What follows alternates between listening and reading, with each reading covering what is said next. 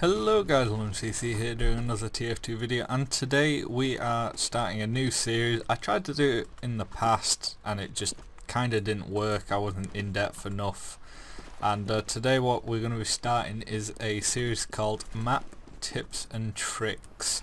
So basically what I do is I run through the maps and show you little tips, little tricks, not just, you know, if you jump here you'll make it. There will be stuff like that included, but there will also be just little helping hints. If there is anything I've missed in the video that's significant, if they're significant enough and there's enough points, I will re-revise the videos and re-upload them, or see if I can actually just edit the video to add a clip. Now what we're going to start off here with is as the scout. You can also do this as a NG jump using your sentry, or as a demo, or as a soldier using rocket jump. And basically it's just this simple, the most common one, you know, the most common jump in TF2. It's one of the most universally known ones. Okay, so there isn't, you know, loads that you can do. They're more or less only soldier or demo man really, but one of the ones that I use possibly the most is if you can land it, because it's not easy. Most of the time I do it purely out of pure chance. You know, going up here, obviously I'm red because, you know, it's a symmetrical map, the jump works either way, and you know, just shooting, little bug there, just, you know, shooting down here, you're not really going to get taken out unless they go down here or if they notice you really quickly. Okay guys, so this is one of the more one of the less knowledgeable ones there is, unless you watch like some of the more old school TF2 YouTubers, and it was called sewer surfing. It was that was it for literally just a brief second there. As you see, you get a little speed boost whilst going along the edge there. You typically do it with the detonator to get a... I can't do it properly, but what I will do is link a video down in the description showing you literally, it's like 14 seconds. That's it briefly. I'm not the master of it. It's a 2-foot only thing, and I've never been a fan of 2-foot. But it was just a little thing you do. You do it in either tunnels. I don't know if you can do it on these ones, but I know you can definitely do it on this strip one. In fact, there's if you're a fan of Muselk, you'd have seen him do it in a video, and him saying whoever it was that made it big in the game. Now for a little spot that it causes a lot of engineers a lot of problems. You know, getting past those little sentry nests if you're a 2-foot fan, and it's literally just this little hatch here. Rocket jump or sticky jump, or even a sentry jump if you got the balls to put a sentry down there for long enough, and you are here and you can take the other intel route as well. Seeming as we're here, another very popular spy spot, so if you're an NG, watch out. It's definitely very common, is spies hiding on top of these crates. Now I have really high brightness, mine's almost full actually, so I can see here, but if you're, you know, newer to the game, you don't have full brightness, because typically this is pretty much completely blacked out. But spies tend to cloak, hide on here, hiding in the shadows, wait for you to go past or come to pick up the metal. Whilst you're leaving, come and stab you. There used to be, for a while, there used to be an extra crate or an extra stack of crates in the red one, which is no longer there. It's just a free crate, you know, to keep the maps symmetrical and everything.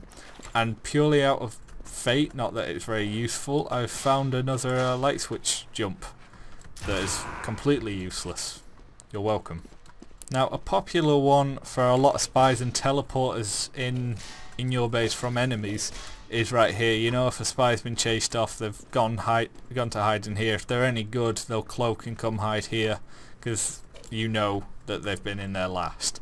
So that's always a good one to look out for spies. Sometimes they might even be on top, so if you've shot there, definitely shoot there. That's more for engineers than anyone else. So. Now in a lot of occasions, not that I'm equipped to do it right now, if at the very beginning of the game, if you're a scout, you can jump from pillar to pillar instead of going along the main route.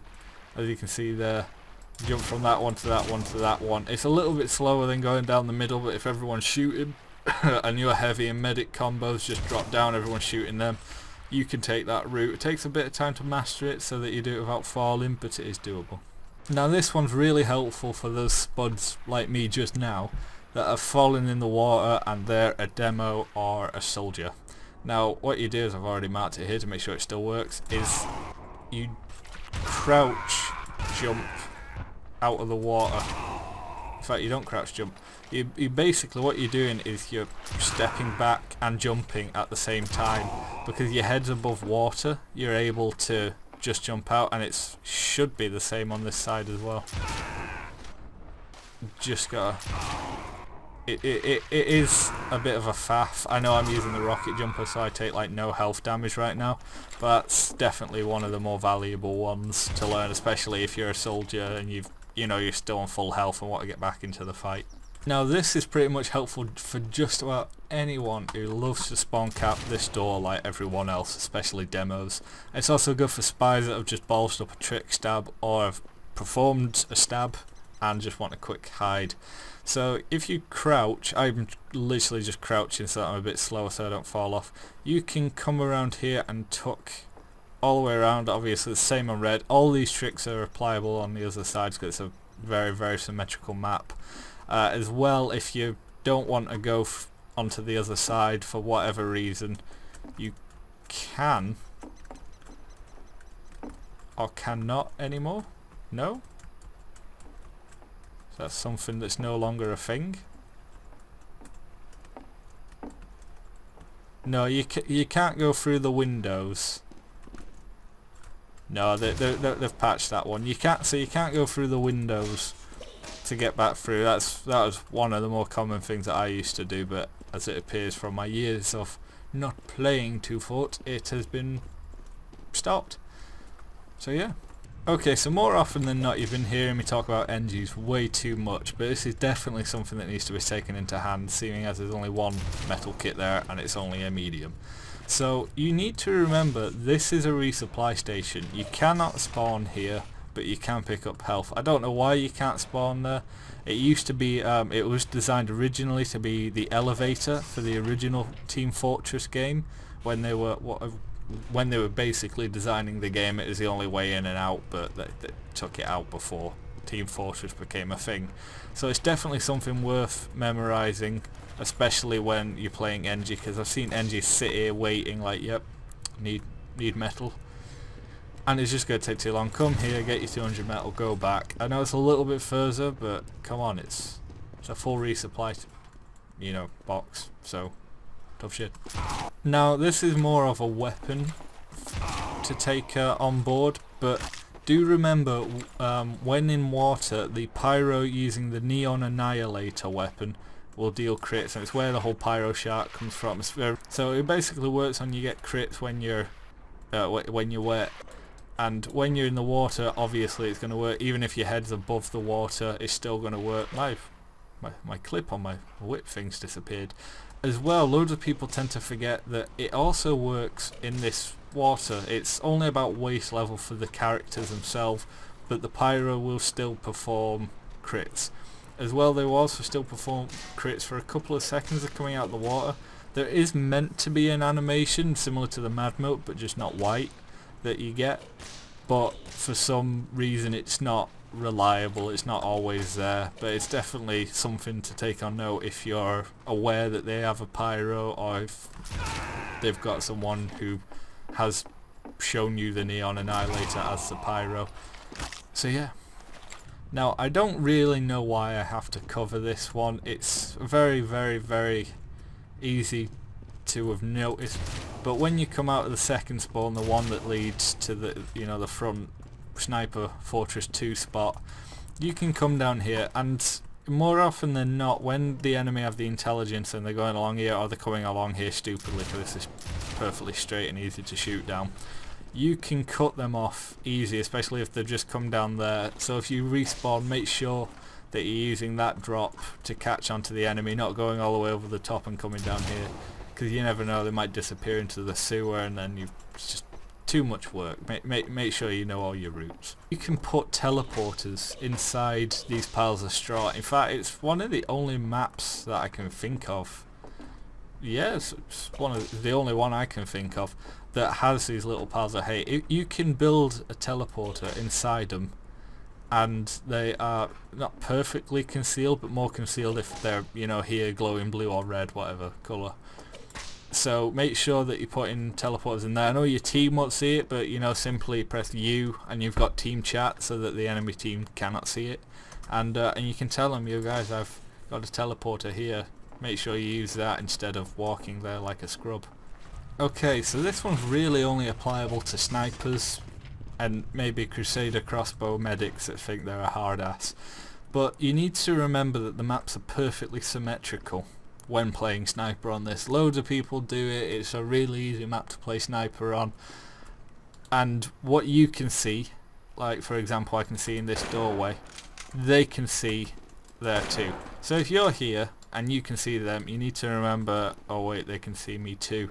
So, well, you can shoot through these. There's no glass here, there's nothing here that'll stop your bullet. But in terms of that one, that's quite an easy one to shoot from. This one's, as you can see though, the shadowing is a bit more difficult than say this spot over here. So yeah, another thing to take into account whilst playing sniper, there isn't only this top bit for playing sniper. Ooh, move microphone. You can also go down here to snipe. You can snipe anywhere really, but you know, they're not going to be expecting a sniper to pop out, not go across the barracks. You know, you could take that as a route, that one I showed you, the one that comes out here, pop down here and shoot the sniper that's probably just killed you and taunted with the wave. Yeah, because we hate it. As well, you can snipe here. You don't really want to be sniping out here, but you can go into the water and shoot. The bullets, you know, they not teleport even. They do move through water as they would in real life. So it's, you know, if you really need to get the edge on them, don't even go to that middle layer. Go here all the way to the bottom, and you'll be able to maybe just about. Where is it that it used to be? There it is. That's that beam, the other side of the beam that they rest on. You can shoot someone there. Remember, they'll be able to shoot you too, but if you're moving about, which is easier, especially if you're down here, because if you're under this, they cannot shoot you. Then it's just a better line of sight.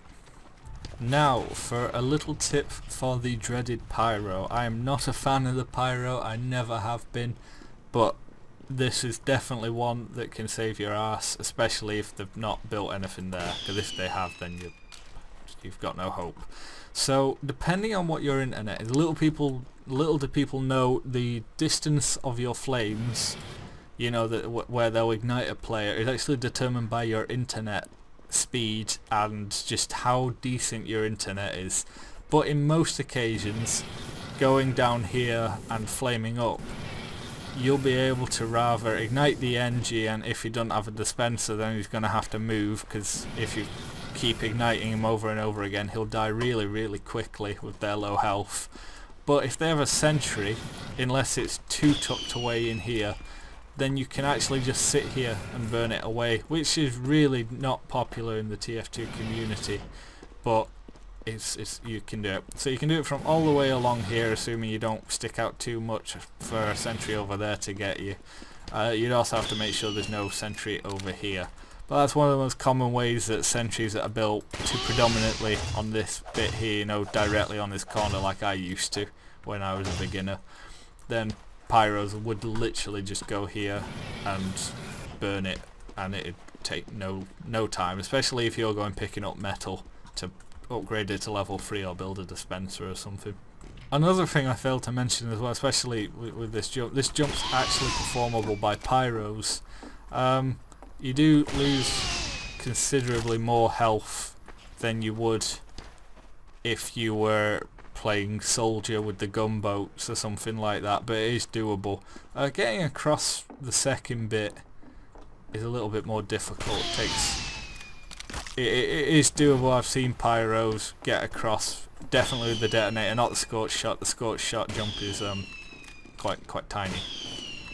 Anyway guys, this has been 11cc. Hope you enjoyed the video. Please rate, comment, subscribe. I know it was very random, I'm going to say, but this is one of the smaller maps in TF2. Obviously it's one of the beginners, one of the most played maps as well in TF2, because lots of people, specifically beginners, really enjoy just sticking to the roots of the first ever TF2 map. And yeah, it's just one of these ones that we see lots of people playing. So if you learn anything new, any new tricks, which I doubt it other than the sewer surfing, which I'll have linked below, remember, then please rate, comment, subscribe. I would appreciate a like, that would be very nice. And tell me if you have any idea or preference what map you'd like me to run through with a fine-tooth comb next. I have already done gravel pits. That is not part of this series. That is a different one. I'm going to redo gravel pits in the future. And yeah, so it's been 11cc. Please rate, comment, subscribe, and I will see you guys in the next one. Adios.